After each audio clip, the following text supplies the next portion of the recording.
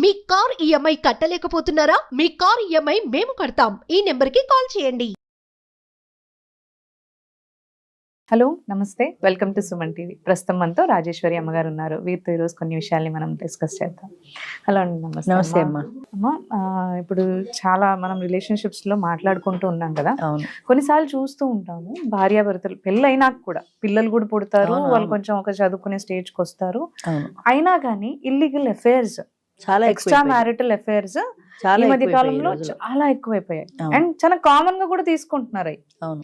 అవి పెరిగి పెరిగి ఎలా అయిపోతుందంటే కొన్ని సందర్భాల్లో ఈ ఫ్యామిలీని మొత్తం వదిలేసి వాడితో వెళ్ళిపోతున్నారు. వాళ్ళతో వెళ్ళిపోవడము, ఇక్కడ అమ్మాయి అయినా కావచ్చు అబ్బాయి అయినా కావచ్చు, వేరే వాళ్ళకి ప్రిఫరెన్స్ ఇచ్చి మొత్తం కుటుంబాన్ని ఫ్యామిలీని వదిలేసి వెళ్ళిపోతున్నారు. అవును. అయితే ఈ సిచ్యువేషన్ అనేది మనం పూర్వకాలంలో చూస్తే ఎక్కువ అంతగా ఉండేవి లేదు, కాదు. లేదు, అసలు లేదు. అవును.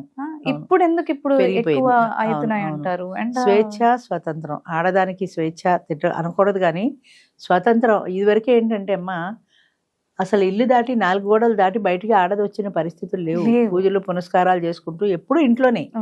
అది దాటి చదువు వచ్చిన తర్వాత చదువు కోసం ఆడది బయటకు వచ్చింది. ఆ తర్వాత ఉద్యోగం.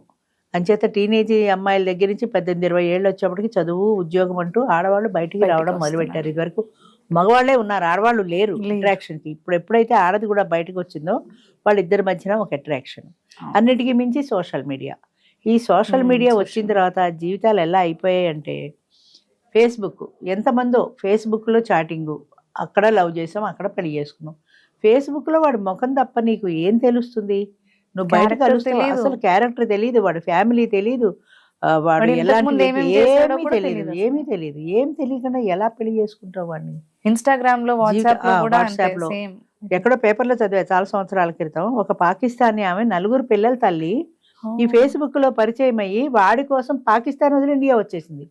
నార్మల్ మనిషి, మళ్ళీ హై క్లాస్ సొసైటీ లేడీ కాదు, లేబర్ టైపు. అది ఎట్లా వచ్చింది? 4 పిల్లల తల్లి. జనరల్గా ఏమంటారంటే, కన్న తల్లి పిల్లల మీద ఏగ వాళ్ళని ఇవ్వదు అంటారు. పెద్ద పులి కూడా దాని పిల్లల మీదకి వస్తే గుడ్లు బీగుతుంది అది. అలాంటిది 4 బిడ్డల్ని వదిలేసి దేశం కాని దేశంలో వచ్చేసి వాడు ఆఫ్టర్ ఆల్ ఫేస్బుక్ లో పరిచయం అయిన వాడి కోసమని ఇండియా ఎలా రాగలరు? అంటే తల్లి బిడ్డల ప్రేమలో కూడా తేడా వచ్చేస్తుందా? పిల్లల కోసమని ఎంతమంది డైవర్స్ ఇచ్చుకున్నా పిల్లలు వదులుకోలేక పిల్లలతో పెంచే తల్లులు ఎంతమంది ఉన్నారు? ఎన్ని ఇబ్బందులున్నా సరే పిల్లలు వదులుకోవడానికి ఇష్టపడరు. అలాంటిది ఇప్పుడు పిల్లల్ని కూడా వదిలేసి ప్రేమించిన వాడితో వెళ్ళిపోతున్నారు. ఒక దాంట్లో చూశాను, సుప్రీంకోర్టు దాకా వెళ్ళింది ఆ కేసు. ఒక ఆమెకి పెళ్ళయింది, కొన్ని సంవత్సరాలు సంసారం చేశారు, కొడుకు కూతురు ఎవరో పుట్టారు. కొడుకు 23 ఏళ్ళు 25 ఏళ్ళు వచ్చిన తర్వాత వాళ్ళు విడిపోయారు. 23-25 ఏళ్ళు వచ్చిన తర్వాత విడిపోతే ఆ అబ్బాయి కోర్టులో కేసు ఏమని వేశాడంటే, ఈయన నా తండ్రి కాదు. ఆ పిల్లాడు చెప్పింది, ఈయన నా తండ్రి కాదు, నా అసలు తండ్రి అదే DNA పరీక్ష చేస్తే నా తండ్రి తెలుస్తుంది.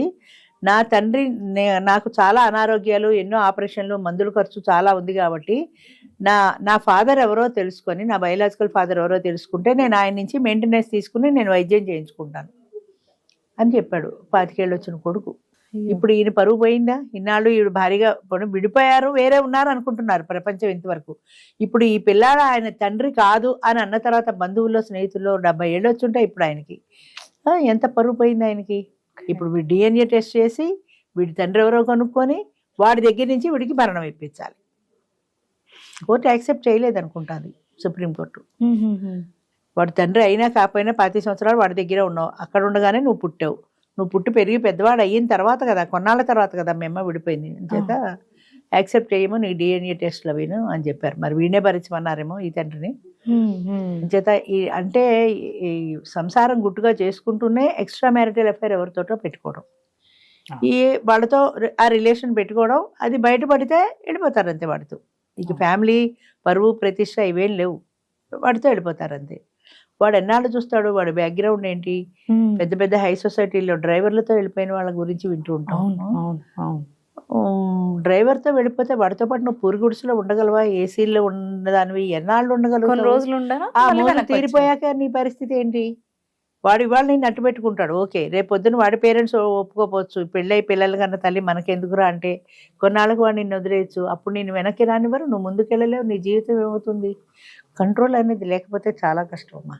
ఎక్స్ట్రా మ్యారిటల్ రిలేషన్స్ వల్లనే సమాజం సగం పాడైపోతుంది. అంటే ఎంతసేపటికి నీకు ఒక భర్త ఒక పిల్లలు ఉన్నా కూడా ఆ ఎక్స్ట్రా మ్యారిటల్ రిలేషన్ కోసం అని ఎందుకు ఎగబడుతున్నారు జనం? అంటే కంట్రోల్ లేకపోవడం అంతే. సెక్స్ పట్ల ఉండే ఇంట్రెస్ట్ లైఫ్ మీద లేదు, కన్నా బిడ్డల మీద లేదు. ఆ సెక్స్ కోసం వాడితో వెళ్ళిపోతున్నారు. అంతకంటే రిలేషన్ ఏముంది? ఎక్స్ట్రా మ్యారిటల్ అఫైర్ అంటే అంతకంటే ఏముంది? అంతే కదా, దానికోసమే కదా వెళ్ళిపోవడం.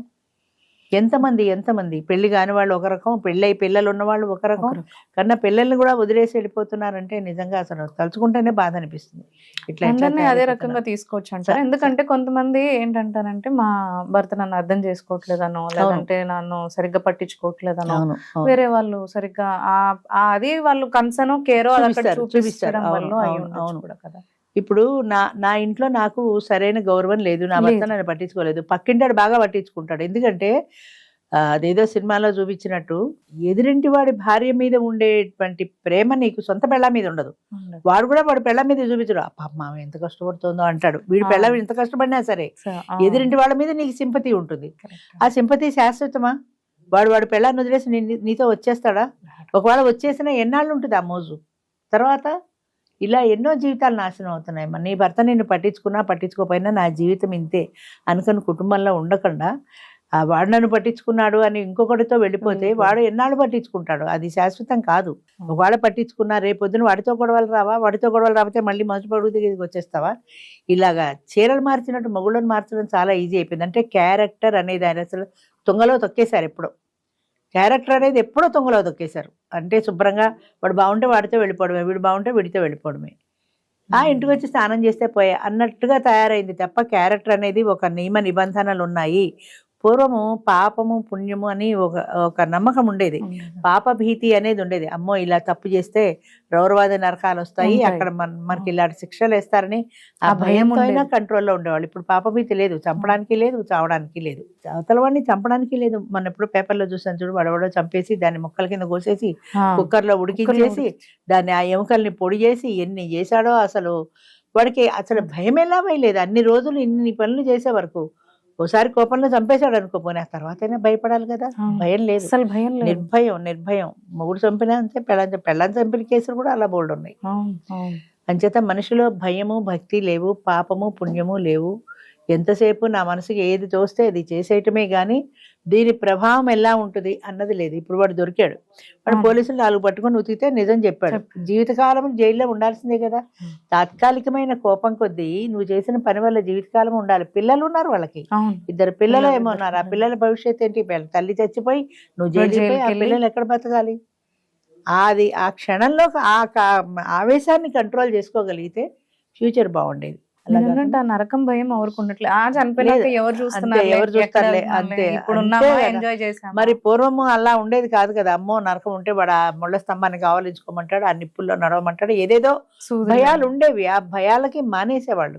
కనీసం వాళ్ళని వాళ్ళు కంట్రోల్ చేసుకునేవాళ్ళు. ఇప్పుడు అది ఇవాళ మనం ఉన్నాం, ఈ రోజు మనం బతికినన్నాళ్ళు జీవితం, చచ్చాక ఒకటి చూడొచ్చాడు అన్న ఫీలింగే. అంతగా కావాలంటే ప్రయాగ పుష్కరాలకు వెళ్ళి ఓసారి స్నానం చేసి వస్తే పోతుంది.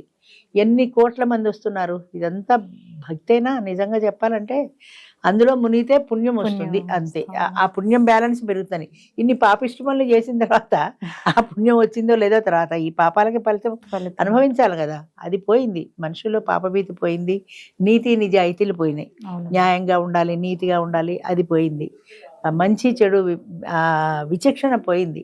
ఇది మంచి ఇది చెడు అని ఆలోచించే విచక్షణ పోయింది. ఈ క్షణంలో నాకేది తోస్తే అదే, నేనేదనుకుంటే అదే, నేను ఎలా చేయాలనుకుంటే అలాగే, అంతే.